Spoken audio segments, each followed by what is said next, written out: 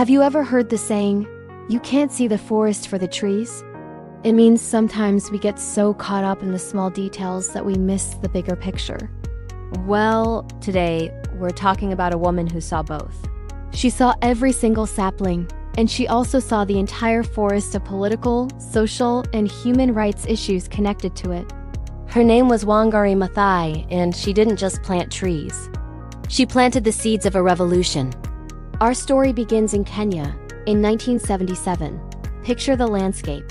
For generations, the rolling hills and fertile lands had provided for the people. But by the late 70s, things were changing. Widespread deforestation was taking a heavy toll. Commercial agriculture, logging, and the need for firewood were stripping the land bare. The consequences were devastating. Rivers were drying up, soil was eroding, and the once reliable sources of food and firewood were disappearing. For rural women, this wasn't just an environmental problem, it was a daily crisis. They were the ones walking for miles, searching for scarce firewood. They were the ones watching their children go hungry as their crops failed in the depleted soil. They were the ones whose lives were becoming harder and harder each day. They knew something was deeply wrong. This is where Wangari Maathai enters the picture. She wasn't just an observer. She was a force of nature herself. Born in a small village in the Central Highlands of Kenya, she was brilliant. She earned scholarships to study in the United States, eventually getting a master's degree in biology. She then returned to Kenya and shattered ceilings, becoming the first woman in East and Central Africa to earn a doctorate. She became a professor, a department chair, a respected academic. But Wangari never forgot where she came from. Through her work with the National Council of Women of Kenya, she listened to the stories of these rural women. She heard their struggles, their fears about the future. And as a biologist, she connected the dots in a way no one else had. Their problems, malnutrition, lack of clean water, poverty weren't separate issues. They were all symptoms of the same disease, environmental degradation. And her diagnosis was as simple as it was profound. The land was sick. To heal the people, they first had to heal the land. Her prescription? Trees. On World Environment Day in 1977, Wangari Maathai did something small that would grow into something monumental. She and a small group of women planted a line of 7 trees in a park in Nairobi. It was a symbolic act, a memorial to Kenyan leaders who had fought for the country's independence. This small act was the birth of the Green Belt movement. The idea was beautifully simple. Maathai provided saplings, often from native tree species that had been forgotten to local women. She taught them how to plant and care for these trees. For every sapling that survived, the women received a small stipend. This wasn't charity, it was empowerment. Suddenly, these women weren't just victims of a changing environment. They were active agents of its restoration. They were earning an income, gaining skills, and transforming their own communities, one tree at a time. This was revolutionary. At the time, environmentalism in the West was often seen as something separate from human society, about preserving pristine wilderness and nature over there, while we lived our lives over here. But Wangari Maathai showed the world that for most of humanity, there is no separation. The environment asterisk is asterisk the economy. It's health. It's livelihood. It's life itself.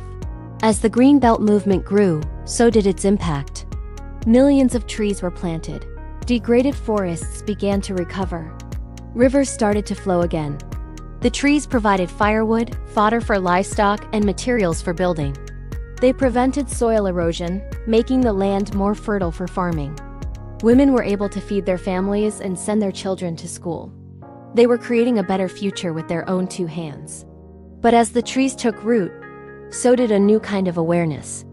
Planting a tree, Maathai taught, is an act of hope. It's a commitment to the future. And when you start caring about the future of your environment, you inevitably start asking questions about the present. The women started asking, why was our forest cut down in the first place? Who gave the permission? Who profited from it? Why do we have no say in how our land is managed? These were dangerous questions to ask in Kenya at the time, which was under the authoritarian rule of President Daniel Arap Moi. The government was riddled with corruption. Public lands and forests were often sold off illegally to political allies for personal gain. To question this was to question the regime itself. And that's exactly what Wangari Maathai did. She realized that you couldn't solve environmental problems without addressing their root causes: poor governance, corruption, and a lack of democratic rights. Environmentalism, she argued, was inseparable from democracy and human rights. Her activism became more direct and more confrontational. In 1989, she famously led a protest against a plan to build a massive, 60-story skyscraper complex right in the middle of Uhuru Park, one of Nairobi's most important public green spaces. She wrote letters, she organized protests, she used the media to shame the government and its international financiers. The authorities called her a crazy woman.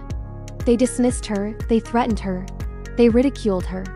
But she refused to back down. "This is our park," she declared. "It is the only green lung for the city of Nairobi." And she won. The international backers pulled out, and the project was scrapped. Uhuru Park was saved. It was a massive victory, not just for the environment, but for the power of ordinary citizens to stand up to unchecked power. This victory came at a great personal cost. Maathai was repeatedly arrested. She was beaten by police during peaceful protests, at one point knocked unconscious. The government tried to shut down the Greenbelt movement, labeling it a subversive organization. She was vilified in the state-controlled press. But every attack only seemed to strengthen her resolve and amplify her message. She became a powerful symbol of democratic resistance in Kenya. She was showing the world a new framework. The environment wasn't just about nature, it was a political issue. It was a women's rights issue, because women are disproportionately affected by environmental degradation. It was a peace issue, because conflicts often arise over scarce resources like water and fertile land. She connected the dots for the whole world to see. Planting a tree was a political act. Defending a forest was an act of defending human rights. Her tireless work eventually led to monumental change. The Moi regime fell, and in 2002, Kenya held democratic elections. Wangari Maathai herself was elected to parliament with an overwhelming 98% of the vote. She was later appointed as the Assistant Minister for Environment and Natural Resources. The woman they had once called crazy was now helping to set national policy. Then in 2004, the world gave her its highest honor. Wangari Maathai was awarded the Nobel Peace Prize. The Nobel Committee's citation was groundbreaking. They didn't just honor her for planting trees. They honored her for her contribution to sustainable development, democracy, and peace.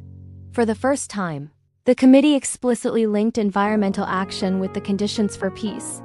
Wangari Maathai had forced the world to accept her framework. Today, nearly 50 million trees later, the Green Belt movement continues its vital work. But Wangari Maathai's true legacy is even bigger than that. Her ideas are everywhere. Think about the modern climate justice movement.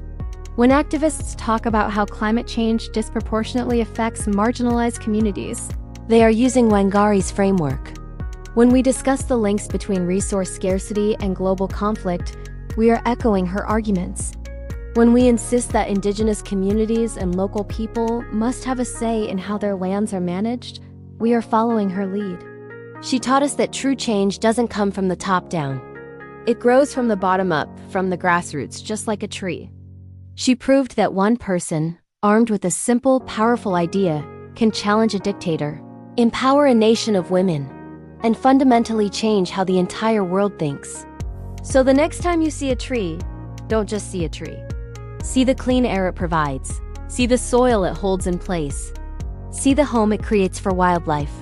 And think of Wangari Maathai, and see the hope, the democracy, the peace, and the profound power of a single person planting a seed for a better future. Thank you so much for watching. If this story inspired you, please consider hitting that like button and subscribing to our channel for more stories about incredible people who changed our world. We'd love to hear your thoughts in the comments below. See you next time.